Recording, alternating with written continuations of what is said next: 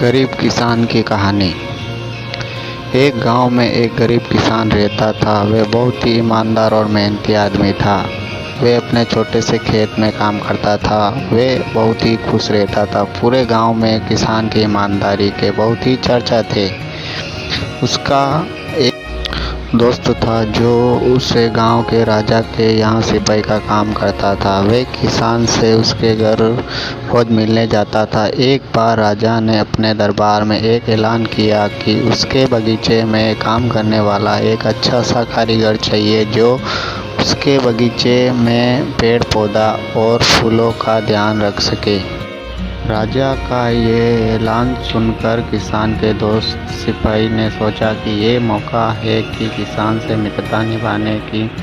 मैं उसे यहाँ बगीचे में काम पर लगवा दूंगा। उसका वह मेरा साथ भी रहेगा एवं किसान का भला भी हो जाएगा। ये सोचकर उसने राजा से कहा कि महाराज, मैं आपके लिए एक ऐसे आदमी को लेकर आऊँगा जो ये काम अच्छे से कर लेगा। सभी राजा ने उसे सिपाही को आदेश दिया कि जाओ, कल से ही बगीचे में काम करने के लिए कह दो। उसी वक्त वे सिपाही अपने दोस्त किसान के पास पहुंच गया और उसने किसान को बगीचे के काम की सारी बातें बता दी और किसान ने काम करने के लिए खुशी खुशी हाँ कर दिया। अगले ही दिन अपने दोस्त के साथ राजमहल पहुंच गया। सिपाही उसे राजा के सामने लेकर गए और राजा ने उसे किसान को बगीचे की पूरी देखभाल का काम सौंप दिया। राजा ने कहा, तुम अगर पूरी ईमानदारी के साथ काम करोगे तो तुम्हें 50 सोने की मुद्रा हर महीने दूंगा।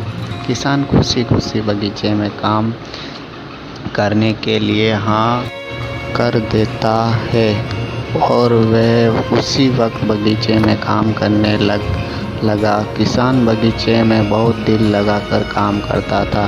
कुछ दिन बीत गए। किसान ने बगीचे को बहुत सुंदर व हरा भरा बना दिया। राजा ने उसको काम बहुत पसंद आया।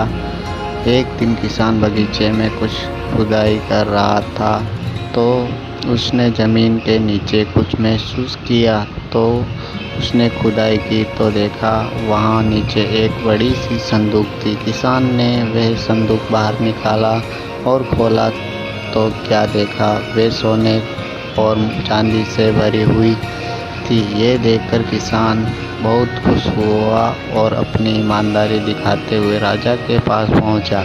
राजा किसान की ईमानदारी देखकर बहुत खुश हुआ और उसके साथ वहाँ गया। किसान ने खजाना निकाला था। राजा ने देखा तो कहा, ये खजाना तो हमारे पुरखों का है। हम कई वर्षों से इसे खोज रहे थे। खजाना देख राजा बहुत ही खुश हो जाता है। राजा अगले दिन किसान को पूछते हैं, तुम्हें क्या इनाम चाहिए? किसान बोला, मालिक, मुझे कुछ नहीं चाहिए। मेरे पास जो भी है उसी में खुश हूँ। राजा उसकी इतनी अच्छी बातें सुनकर और खुश हो गया और उसने किसान को अपना मंत्री बनाने का फैसला किया।